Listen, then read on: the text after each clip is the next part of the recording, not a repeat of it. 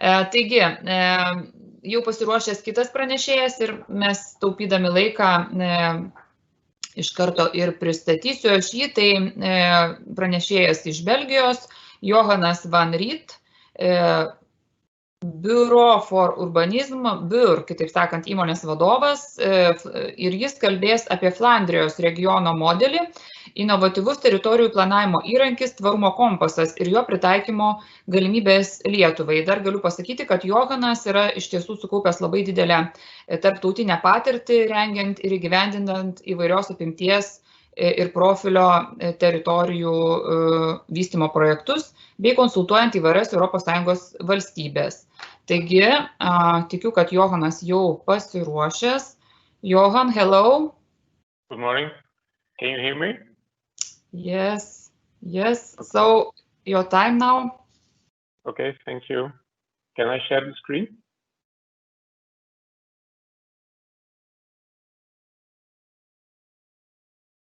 Is my screen visible for you?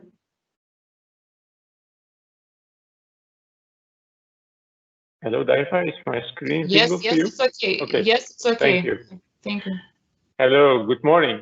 It's an honor for me to be present again on the forum. I was last year already with you, and I found it extremely interesting to have a conversation with you on the future development of Lithuania, where we had the opportunity already to share some ideas with you that might inspire the spatial plan of Lithuania. Today I would like to talk about four topics. The first one is a bit the recapitulation of my intervention last year. Why is it useful and necessary to make a comprehensive master plan for Lithuania? The second one are some basic elements on the elaboration of a detailed spatial vision for the territory. As a third, I would like to introduce the concept of the spatial compass to give orientation towards the development potential of cities and villages in Lithuania. And then at last, I would like to end with an idea on how to proceed with this master plan and how to turn it into strategic projects. So let's start with the question, why do we need a comprehensive master plan? As Han Dijk, the previous speaker, already was mentioning, there are lots of societal issues and topics related to the way we treat the space that we have. And in particular, there are some spatial challenges that have a lot of influence on how the country develops. It is, for instance, the peripherization, the demographic challenges that are for Lithuania in the future present, and the climate change that is facing the whole world. So these three challenges are very important for Lithuania, as they are for Flanders and the Netherlands too. And these three elements link a lot the condition of Flanders with these of Lithuania. So that's why I'm particularly interested in reflecting on Lithuania. Maybe the fourth challenge, and already mentioned by Han as well, is the international connectivity. The development of Lithuania will be highly dependent on the way how Lithuania will be networked with the rest of Europe. And the Rail Baltica project can be there a very important leverage on that. I will come to that back later. So, as I said, many societal challenges are caused by the fails in our spatial structures today, like peripherization and car dependency. And one can only tackle these challenges by optimizing the spatial future of Lithuania. And the comprehensive master plan is the basis on this. It's a vision on how to proceed with the future of the country. And a good spatial plan can strengthen as well the impact and the effectivity of other state policies like the National Development Programme and the regional policy agenda of the ministry. Last year, we talked already about three strong spatial ambitions that could give direction to the spatial future of Lithuania. The three are very much connected because they are very complementary to each other. The first one is the concept of strong urban networks. Strong urban networks form the optimal living environment, offering services and infrastructure and a social cultural tissue to their inhabitants. And so if urban cities and villages start working together, they become stronger and more performant. The second ambition could be a more productive open space, where we provide open space for societal activities, for producing food and green energy and water supply, and giving the space for recreation towards its inhabitants. And the third main ambition could be to develop resilient ecosystems that could help the climate change to take up in Lithuania. And these resilient ecosystems guarantee the balance and a sustainable physical system. So these three ambitions, they have already been tackled in the concept master plan that has been elaborated last year for Lithuania. And as you know, today there are two alternatives on the table. The first alternative reflects on the future of Lithuania, more in line with how Lithuania worked in the past, like a country of independent municipalities and cities that try to develop on their own. This is the first alternative. The second alternative could be that these cities and municipalities are more networked in an urban network and are more complementary than oriented to competition. And so in this way, they could face and treat the challenges in the future in a more effective way. And the discussion or the question today is how can we make now these spatial ambitions concrete in these scenarios, and how can we visualize this spatial future in an attractive way. And if we find the base for these questions for Lithuania, we can later on start with the same kind of exercise on the regional level, because of these concepts on the level of Lithuania, of the territory, should be elaborated and deepened on the regional level, but I come back to that later as well. In the concept master plan, 6 spatial complementary systems are already identified. It is very important to identify the spatial systems because the performance of the system they define whether the future development of Lithuania will be in an effective way. And it is the collaboration of these 6 spatial systems that can give a strong spatial structure for the country. And the idea is that we have some hard systems like the multimodal connectivity and the infrastructure system, the urban system, and the economic system, and the engineering system. These 4 systems should be optimized and made more efficient in the future, while at the same time we strengthen the more soft systems that are under pressure today, like the ecosystems and the cultural landscapes at one hand, and the resources on the other hand.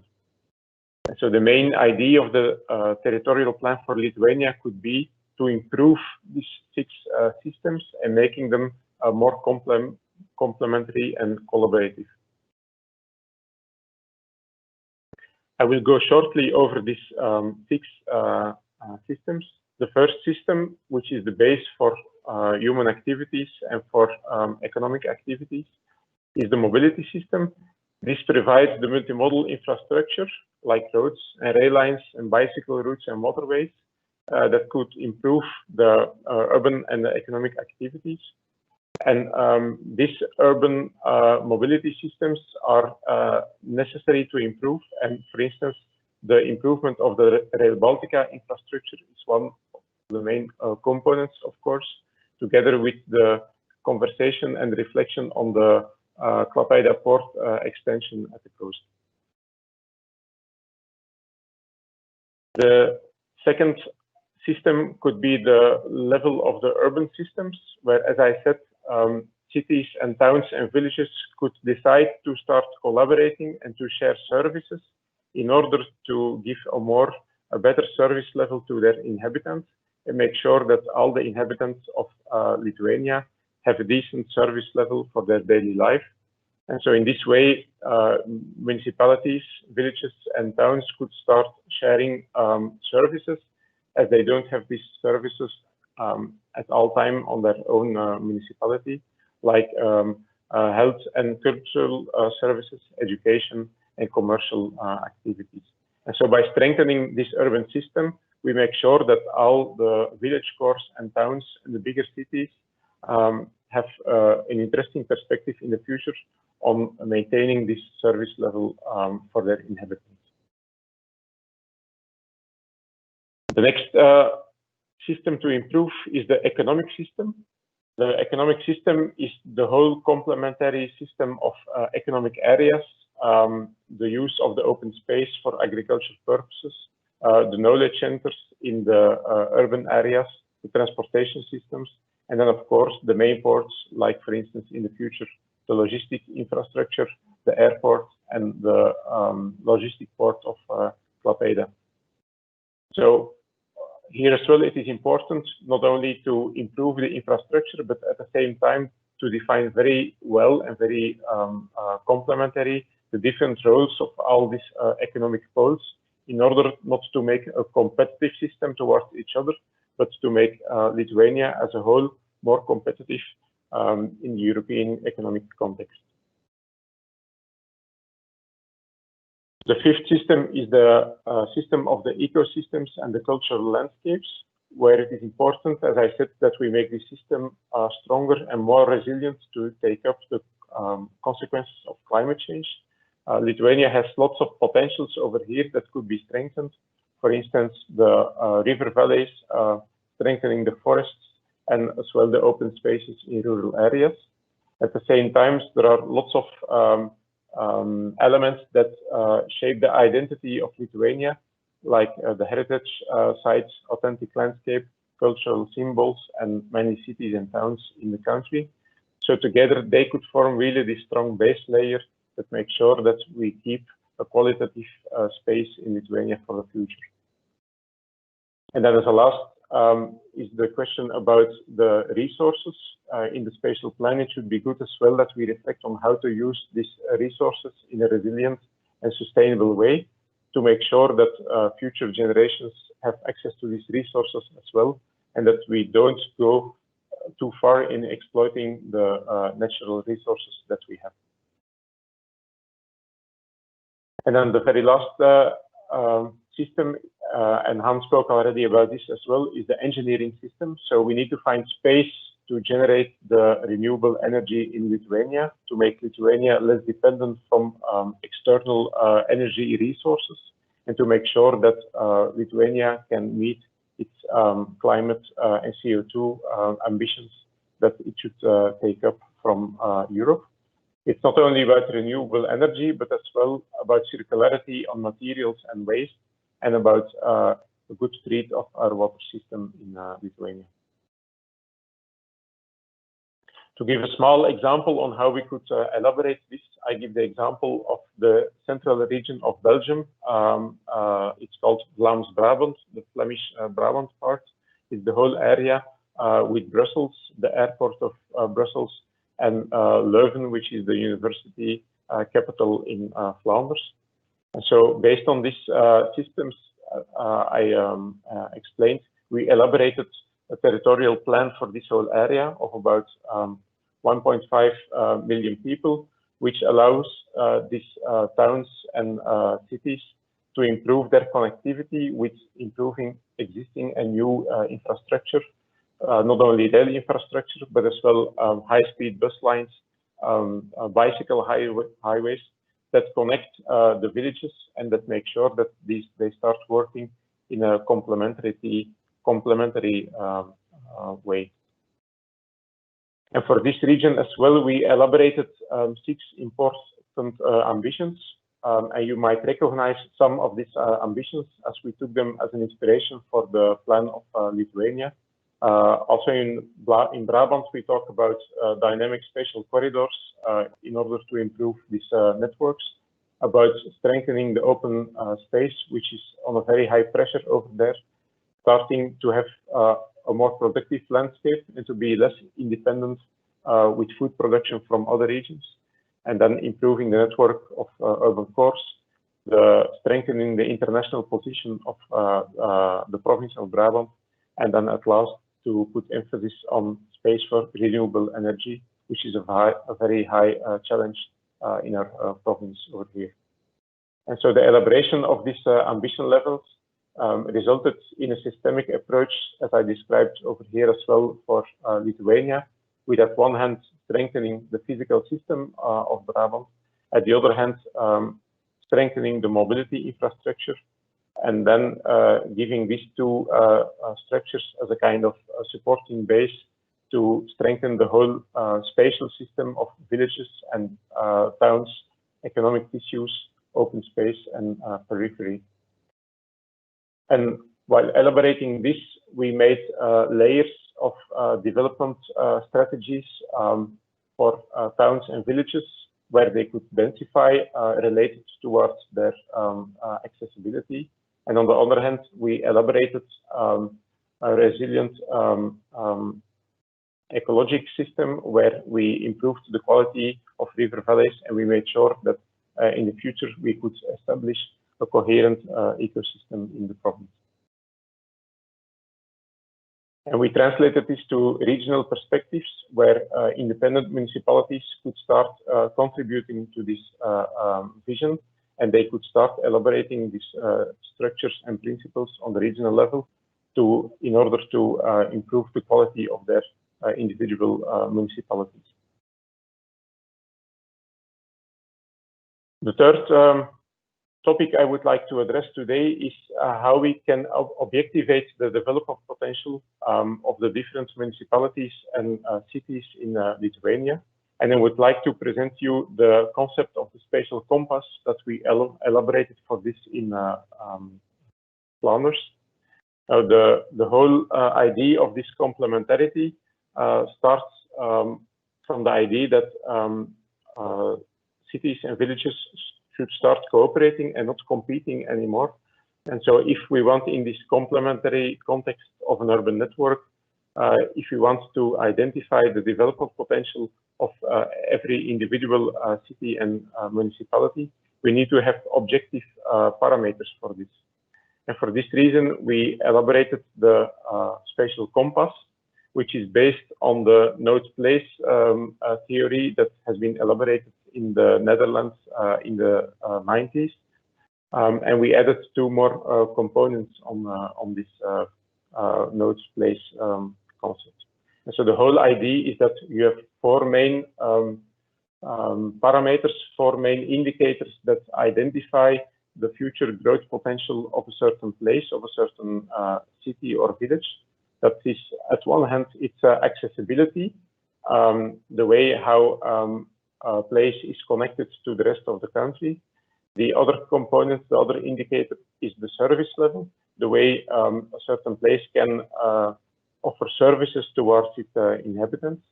And then we have two more important indicators. One indicator is the spatial context. If the spatial context is helpful to improve the development of a city or a municipality, and as fourth, the actual user intensity. Some places are already intensively used today and are better off by developing in the near future. And so, based on this compass, we could not only talk about the growth potential of these different municipalities and cities, but as well we could work on strengthening the conditions where these different cities are situated today. So we could work on improving the accessibility by improving infrastructure. We could work on the evolution of the spatial context by creating these urban networks where cities are part of. We could start sharing services and make sure that the service level of inhabitants can grow. And then at last, if we manage to improve the three indicators I spoke about, we could start developing some of these areas with more inhabitants and with more economic activities. And the idea is that based on the logic of this compass, we start differentiating the development strategy on different types of cities. As we can imagine, some of the areas in Lithuania will have very interesting conditions about accessibility, service level, and space, and they will take up probably more growth than other parts of Lithuania. Then you will have some towns where the development perspectives are quite interesting, for instance, because they will have a better accessibility in the near future. So that can deliver more growth potential. And then at last, we will have some villages that have limited growth potential because their accessibility and their service level at this moment is quite limited, and they don't have the potential to improve this potential in the future, but they can start collaborating with other cities nearby in order to share their services. We elaborated this whole logic for the province of Antwerp as well. Antwerp is here at the left of this picture, close to the Scheldt River. North is Holland over here. And for this whole province, which has about 1 million inhabitants, we elaborated the spatial system in the way I described before.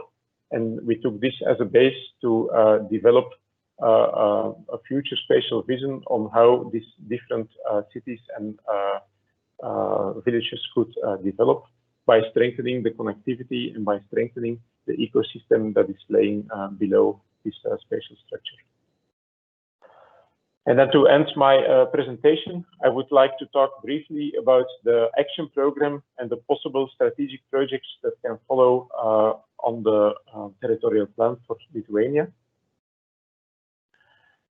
So when we talk about this spatial plan for Lithuania, we have 3 different time frames we can reflect on. The long-term vision is the vision that has been elaborated by the concept master plan already last year, and that reflects over a time horizon of, let's say, 30 years. What should Lithuania look like by 2050? As a second, we have development programs where we can start taking up challenges and elaborating strategic projects that have a kind of life cycle of 15 years.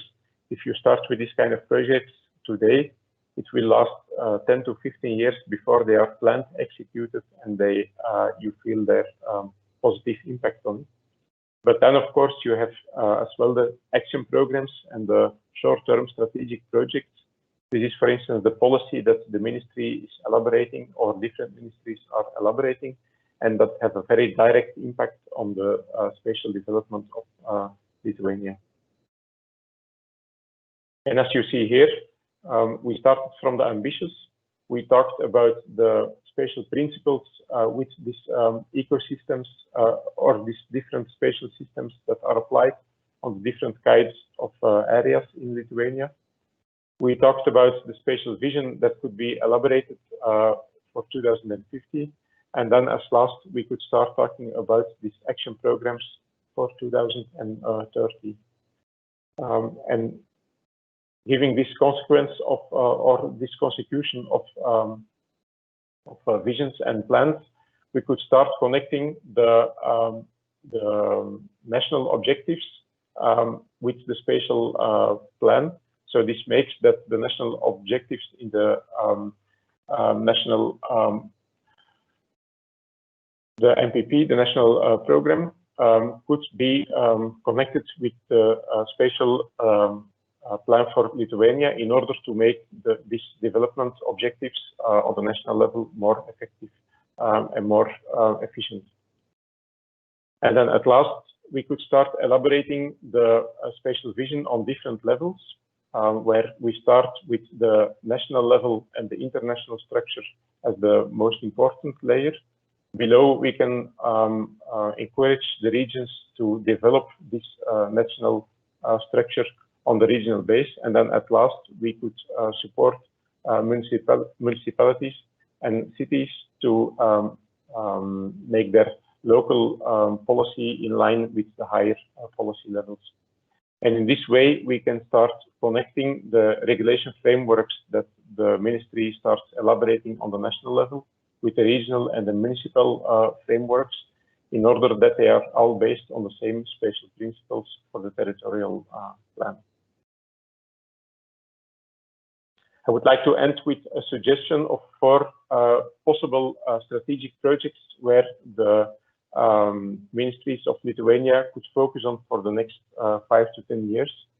There is a very high potential on connecting Vilnius and Kaunas as a Euro metropole, because the combination of these two cities and the connection of these two cities can indeed establish a very relevant and performant metropolis in Lithuania that can be related with other metropoles in the rest of Europe.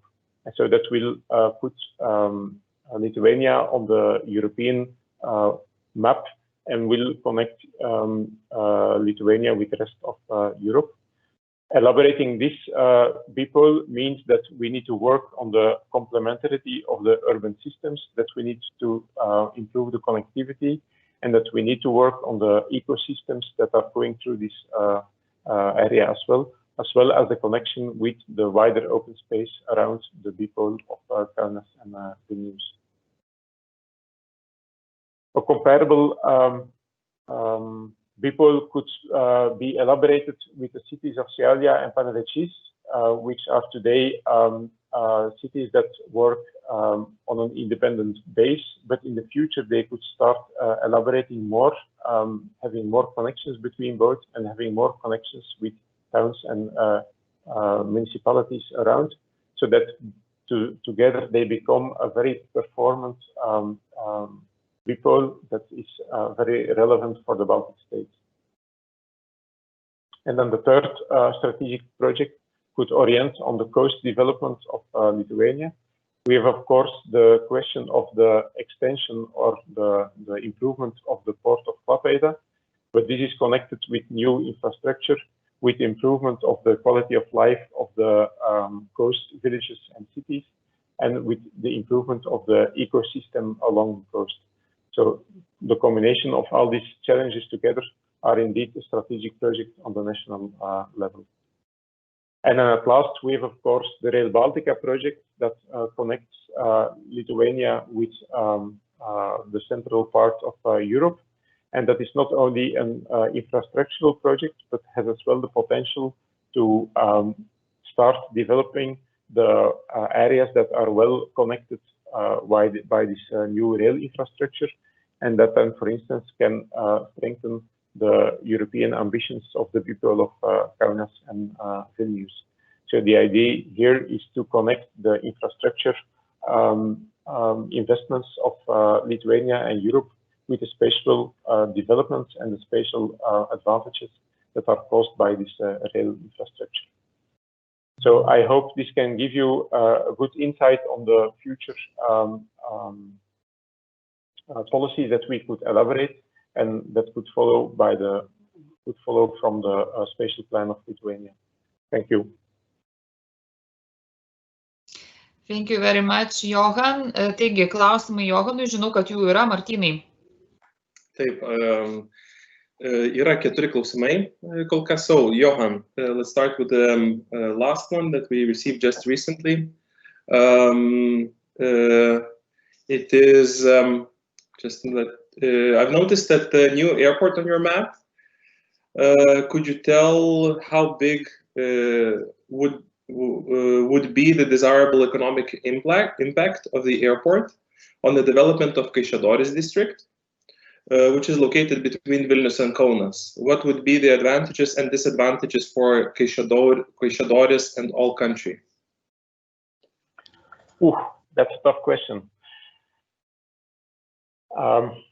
There are no easy ones. Well, I think when we start reflecting on the location of a new airport in the BPOL of Kaunas and Vilnius, it is not only about finding the place for this new airport, but it is a matter of connecting this airport with the rest of the metropolitan area of Vilnius and Kaunas and the whole city. I think this connectivity is a very important element to make sure that the benefits of the port, of the airport, are not only an element that could be tackled in the direct perimeter around the airport, but that could be taken up by the whole area of Kaunas and Vilnius as well. So Hans spoke already about the challenges in Schiphol in the Netherlands. We have the same problems with Brussels Airport in Belgium as well.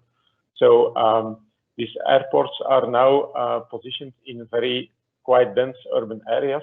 We have here the potential in Lithuania to go for a kind of complementary developments and making sure that not too much activities are concentrated around the airport, but distributing all these activities more over the bipole. So I would propose that the whole bipole of Kaunas and Vilnius take up the advantages of the airport, and not only this area around. But of course, the area around the airport could benefit from logistic activities generated by this airport. Thank you.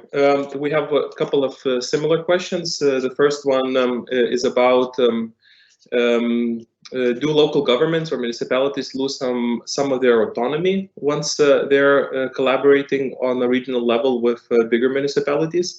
And also Daiva Gasunina adds, how do we share services, since Lithuanian mentality is kind of very much oriented to kind of dragging everything to their side? Do you have some kind of thoughts or ideas of how to make this first step, and what kind of maybe non-traditional steps could be taken to facilitate this cooperation? Mm-hmm. This topic is indeed very sensitive, and it is happening in most other European countries as well. There is a kind of ambiguity between, at one hand, the autonomy and the independency of local authorities, and on the other hand, the necessity to start collaborating between these municipalities. The reality of today is that in particular, smaller municipalities have not the appropriate scale anymore to tackle all the needs that their inhabitants have. And that at the same time, social and economic life has started to play on a regional level and not on a local level. So that means that the whole spatial organization of our society is not oriented anymore on one individual municipality, but on the composition of different municipalities. So what I want to say is that the autonomy and the independency of local municipalities is very relative, because in daily life they are connected and dependent from each other anymore. And so the challenge is that we find a good balance in making good agreements on a regional level between these municipalities, and on the other hand, giving the local authorities enough space to detail these plans and to detail these regional challenges in their own way. But the first step is that they understand that they need to collaborate in order to become stronger together. Because if municipalities start competing for more inhabitants and for more services, everybody will lose. And we face that, for instance, now in Flanders, in some regions that are more eccentric, where the amount of inhabitants is going down, the people are aging over there, and it is not evident to maintain facilities and services over there. Well, reality is that it's impossible to provide enough young people in all these municipalities, because society is more changing towards an urban way of life. But the key role today is providing enough living quality in these smaller villages and towns. And so we can do that by combining the facilities. Not every municipality has enough inhabitants, for instance, to provide a health center. But if they start collaborating, they can share one health center, and they can share a cultural center, and so on. And so this is just a matter of spending public money in a very good and efficient way.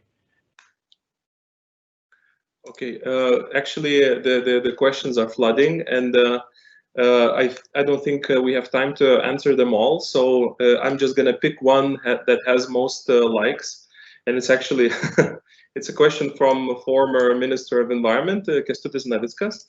and I'll try to translate it. Sorry if I make mistakes.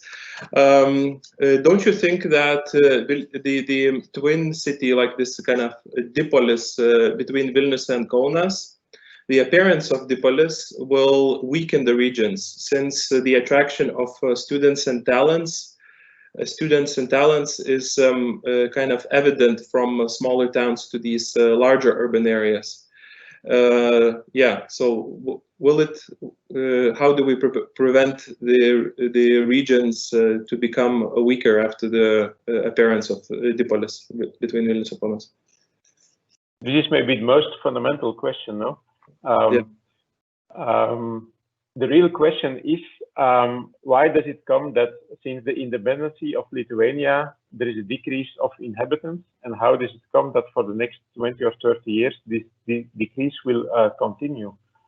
It could be that some inhabitants of Lithuania decide to leave the country because they look for a way of life in international-oriented metropoles that they can find not today in Lithuania, but they will find in other European countries.